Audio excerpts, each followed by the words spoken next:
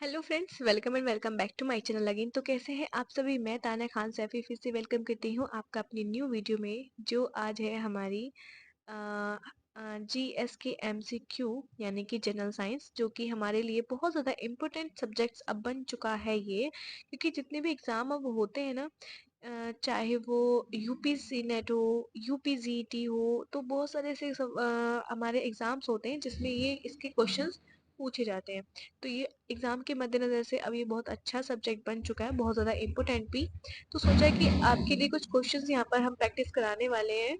तो आप लोग ध्यान से इन क्वेश्चंस को देखिएगा और धीरे धीरे हम क्वेश्चंस का लेवल अप करेंगे। तो इसलिए अभी थोड़ा सा लो लेवल है, लेकिन धीरे धीरे हम अप करेंगे। ओके, चलिए वीडियो को स्टार्ट करते हैं। Which gas do plants absorb from the air for photosynthesis. ठीक है, पौधे प्रकाश संश्लेषण के लिए वायुमंडल से कौन सा गैस अवशोषित करते हैं। ऑप्शन है यहाँ पर ऑक्सीजन, कार्बन डाइऑक्साइड, नाइट्रोजन या फिर हाइड्रोजन। ठीक है, तो यहाँ पर आपको चार ऑप्शन दिख रहे होंगे। तो जो पौधे होते हैं यानी कि जो प्लांट होते हैं, वो वायुमंडल से कौन सा गैस अवशोषित करते हैं, बताइए आप मुझे ज़रा। वो करते हैं कार्बन डाइऑक्साइड। ठीक है, वेरी इजी क्वेश्चन, बहुत ही ज़्यादा लो लेवल है, क्योंकि ये हाई स्कूल, हमारा जो हाई स्कूल को क्या बोलते हैं, 10th है ना। तो 10th क्लास के ये लेवल क्वेश्चंस होते हैं। ठीक है, तो ये थोड़े से इजी क्वेश्चन होते हैं, कुछ क्वेश्चंस हमारे इस एग्जाम में आ जाते हैं। तो इसलिए आप ये मत सोचिएगा कि बहुत इजी क्वेश्चन है, लेकिन इसी लेवल से आपको स्टार्टिंग करनी चाहिए। 10th का लेवल भी आपको पढ़ना चाहिए। ओके, ठीक है, आगे बढ़ते हैं। ठीक है, क्वेश्चन है हमारा, which of the following is the largest organ in the human body. मानव शरीर में सबसे बड़ा अंग कौन सा है। तो यहाँ पर कुछ ऑप्शन है, हार्ट, लीवर, स्किन या ब्रेन। देखिए, मानव शरीर में अब यहाँ पर लीवर है। ये जो है लीवर, ये हमारा सबसे बड़ी ग्लैंड होती है। ठीक है, अगर यहाँ पर पूछा है अंग, ठीक है, ऑर्गन, तो हमारा सबसे बड़ा ऑर्गन आएगा स्किन, क्योंकि स्किन हमारी ऑल ओवर बॉडी प्रेजेंट होती है। ठीक है, लीवर जो है वो सबसे बड़ी ग्लैंड होती है। ओके, ठीक है, आगे बढ़ते हैं। क्वेश्चन है हमारा, कौन सा ग्रह लाल ग्रह के नाम से भी जाना जाता है। ऑप्शन है यहाँ पर अर्थ, मार्स, जुपिटर या सैटर्न। तो यहाँ पर जो बड़ा ऑप्शन है वो मार्स करेक्ट हो जाएगा, क्योंकि मार्स को ही लाल ग्रह के नाम से जाना जाता है। सफेद रक्त कोशिकाओं का मुख्य कार्य क्या है। What is the main function of white blood cells. Carry oxygen, fight infection, control blood clotting या प्रोवाइड इम्यूनिटी। ठीक है, जो हमारी व्हाइट ब्लड सेल्स होती है ना, ये हमें, हमारी जो बॉडी होती है, हमारी बॉडी के जो ब्लड में ये प्रेजेंट होती हैं व्हाइट ब्लड सेल्स, ये हमारी बॉडी को इन्फेक्शन से प्रोटेक्ट करती हैं। ठीक है, अगर कोई भी हमारी बॉडी में इन्फेक्शन हो जाता है, इन्फ्लामेशन होता है किसी भी डिजीज़ का, तो वहाँ पर डब्ल्यूबीसी सबसे ज़्यादा वर्क करती हैं और हमारे हर चीज़ को प्रोटेक्ट करने की ज़्यादा से ज़्यादा कोशिश करती हैं और डिफेंड करती हैं बाहर से आने वाले बैक्टीरियाज को। ठीक है, तो डब्ल्यूबीसी हमारा फाइट इन्फेक्शन का वर्क करती है। ओके, इन्फेक्शन के लिए फाइट करती है। आगे बढ़ते हैं। ठीक है, क्वेश्चन यहाँ पर, निम्नलिखित में से कौन सा एक उच्चतम गैस है। उच्चतम मतलब noble gas. Which of the following is a noble gas. Nitrogen, oxygen, helium या फिर हाइड्रोजन। ठीक है, तो आपने, अगर आपने भी केमिस्ट्री में पढ़ा होगा थोड़ा बहुत, तो केमिस्ट्री में आपने नोबल गैस पढ़ी होंगी। ठीक है, नोबल गैस, ये हमारा केमिस्ट्री का क्वेश्चन है। तो नोबल गैस में हमारी कौन सी आती है, हीलियम गैस। ठीक है, नाइट्रोजन, ऑक्सीजन, हाइड्रोजन ये सब नोबल गैस नहीं आती। हीलियम, लिथियम, ये सब हमारी, सॉरी लिथियम बोल दिया मैंने, हीलियम, हीलियम ही हम फिलहाल भी यहाँ पढ़ते हैं। हम केमिस्ट्री पढ़ेंगे तो सारी नोबल गैस हम पढ़ेंगे। ओके, हीलियम यहाँ पर हमारी नोबल गैस है। आगे बढ़ते हैं। क्वेश्चन है हमारा, समुद्र सतह पर पानी का उबाल बिंदु क्या है। जो समुद्र का सतह होता है यानी कि sea level, water at sea level, उस पर जो पानी का उबाल वो होता है वो क्या होता है। तो पानी का उबाल होता है वहां पर 100 डिग्री सेंटीग्रेड।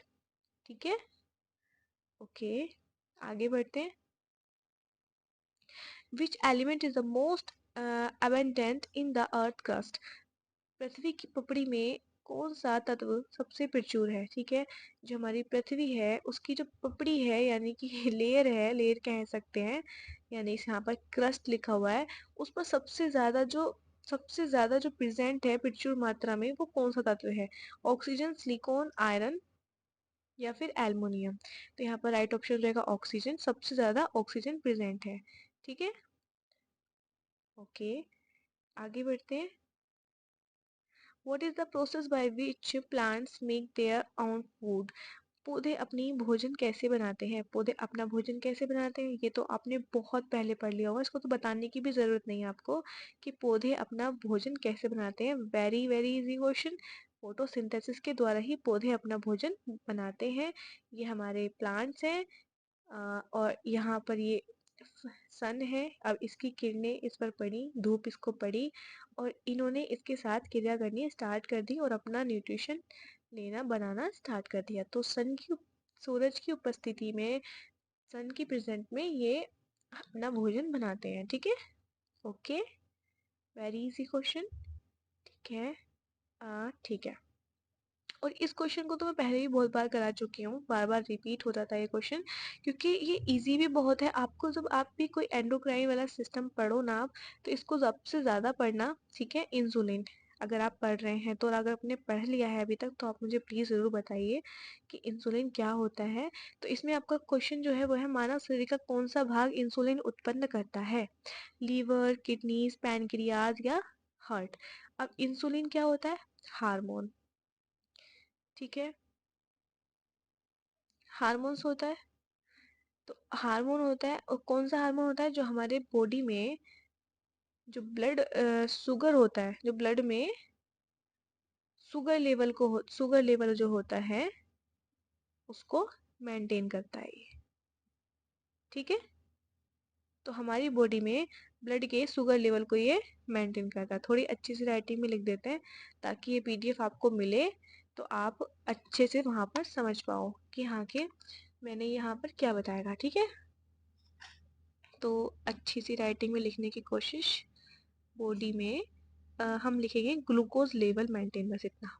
ठीक है, आपको इसकी पीडीएफ मेरे टेलीग्राम चैनल पर मिल जाएगी। टेलीग्राम चैनल का लिंक आपको डिस्क्रिप्शन बॉक्स में मिल जाएगा। ओके, तो आप लोग बार बार पूछते हैं इसकी पीडीएफ दे दीजिए, मैं इसकी पीडीएफ डाल देती हूँ टेलीग्राम पर, आपको बताना भूल जाती हूँ। ठीक है, मेंटेन, ओके। लेकिन ये करता कौन सा, मतलब कौन सा हमारे ग्लैंड होती है जिससे इंसुलिन हार्मोन जो है रिलीज होता है? तो वो होता है पैनक्रियाज। ओके, पैनक्रियाज हमारी मेसोक्राइन ग्लैंड होती है, जो कि हमारा एंडोक्राइन और एक्सोक्राइन दोनों का वर्क करती है। ओके, आगे बढ़ते हैं। प्राकृतिक गैस का मुख्य घटक क्या है?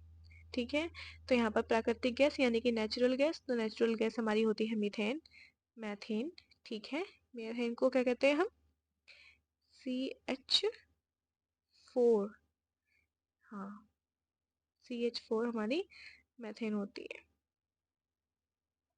ठीक है, तो अगर आपको ये क्वेश्चंस आपको पसंद आ रहे हैं और आपको लग रहा है कि हाँ आपको कुछ समझ में आ रहा है, तो प्लीज़ एक बार मुझे कमेंट बॉक्स में ज़रूर बताएं कि आपको ये वीडियो कैसा लगा। और अभी से पहले तो आप मेरी वीडियो को लाइक कर दीजिए, क्योंकि आप लाइक नहीं करते हैं और बिना लाइक किए चले जाते हैं, तो मुझे अच्छा नहीं लगता बिल्कुल भी। ठीक है, अभी हमारा जो क्वेश्चन है वो पढ़ते हैं। इनमें से कौन सा जानवर अपने खोए हुए अंगों को फिर से उत्पन्न करने की क्षमता के लिए जाना जाता है? Which of these animal is known for its ability to regenerate लोड्स लिम्स? ठीक है, चलो ठीक है, पढ़ते हैं। Frog, lizard, fish, elephant? बताइए। अब मेंढक है, अब उसकी अगर टांगे कटेंगी तो उसकी तो वापस आएंगी नहीं। मछली है, वो भी, उसकी भी वापस नहीं आती, और हाथी का तो सवाल ही नहीं होता। लिजार्ड आपने भी देखा होगा, जब हमारी कोई भी छिपकली है और वो हमारी दीवार पर रहती है, तो जब उसकी कभी कभी पूंछ कटी हुई देखी है आपने, पूंछ कटी हुई देखी होगी आपने, हमने तो बहुत बचपन में देखी थी। तो उसकी पूंछ अगर कट जाती है ना, तो वो रीजनरेट होने की उसमें क्षमता होती है, एबिलिटी होती है। ठीक है, तो ये है हमारी छिपकली प्यारी सी। हाँ, लेकिन इसकी पूंछ है। ठीक है, लेकिन जब कभी कभी कट जाती है ना, तो वो वापस रीजनरेट हो जाती है। ओके, ठीक है। मीथेन का रासायनिक सूत्र क्या है? अभी हमने पीछे पढ़ा तो था मीथेन। मीथेन एक नेचुरल गैस है। फिर से हम यहाँ पर आपको याद दिला देते हैं, अगर आपसे कोई पूछे तो methane is a natural gas CH4। Okay, ठीक है, आगे बढ़ते हैं। ठीक है, किसे आधुनिक भौतिकी का जनक कहा जाता है? Who is known as the father of modern physics? तो यहाँ पर कुछ ऑप्शन दिए हुए हैं, Albert Einstein, Isaac Newton, Galileo या निकोला टेस्ला। तो यहाँ पर ऑप्शन नंबर ए हमारा करेक्ट ठीक हो जाएगा, अल्बर्ट आइंस्टीन। ठीक है, ओके, ठीक है। पहले यहाँ पर अपना सवाल पढ़ लेते हैं हम। विच of these is not a type of muscles tissue in the human body? इनमें से कौन सा मानव शरीर में मांसपेशियों का ऊतक का प्रकार नहीं है? ठीक है, ठीक है, ऑप्शन देख लेते हैं। Skeletal muscle, cardiac muscle, smooth muscle, bone muscle. अभी हमारी जो जितनी भी मसल्स होती हैं ये सब उनके टाइप हैं, कार्डियक मसल, स्मूथ मसल, लेकिन जो बोन मसल है ये किसी भी टाइप की बोन ये मसल मसल नहीं होती है। ठीक है, तो इसलिए हमारा ऑप्शन नंबर डी करेक्ट हो जाएगा। ओके, देखते हैं कितने क्वेश्चंस हो रहे हैं। Which of the force that pulls object toward earth? वह बल जो वस्तुओं को पृथ्वी की ओर खींचता है क्या है? अब ये भी आप बता दोगे। कोई भी ऐसी वस्तु है और ये पृथ्वी है और इससे ये चीज फेंकी जा रही है, तो बोल हम ऊपर आसमान में फेंकते हैं वापस आ जाती है, तो किसकी वजह से आती है? ग्रेविटी की वजह से ये वापस आ जाती है। ठीक है, ओके। DNA का पूरा नाम क्या है? आप अगर अभी 12th कर रहे हैं तो आपको ये क्वेश्चन पता होना चाहिए, क्योंकि बहुत ज़्यादा इजी है, बहुत ज़्यादा इम्पोर्टेंट है। ये हमारे 12th क्लास में बहुत अच्छे से हमको रटवाया जाता है कि DNA और RNA में क्या क्या डिफरेंट है, DNA का क्या रासायनिक नाम है, RNA का क्या रासायनिक नाम है, क्या इनका पूरा नाम है। तो इसका DNA का जो पूरा नाम है वो होता है डीऑक्सी, हम पहले पढ़ते हैं deoxy ribo nucleic acid. Deoxy ribo nitrogen acid नहीं, गलत। डबल न्यूक्लिक एसिड नहीं। यही इसका राइट ऑप्शन रहेगा, ऑप्शन नंबर ए करेक्ट हो जाएगा, डीऑक्सी राइबो न्यूक्लिक एसिड।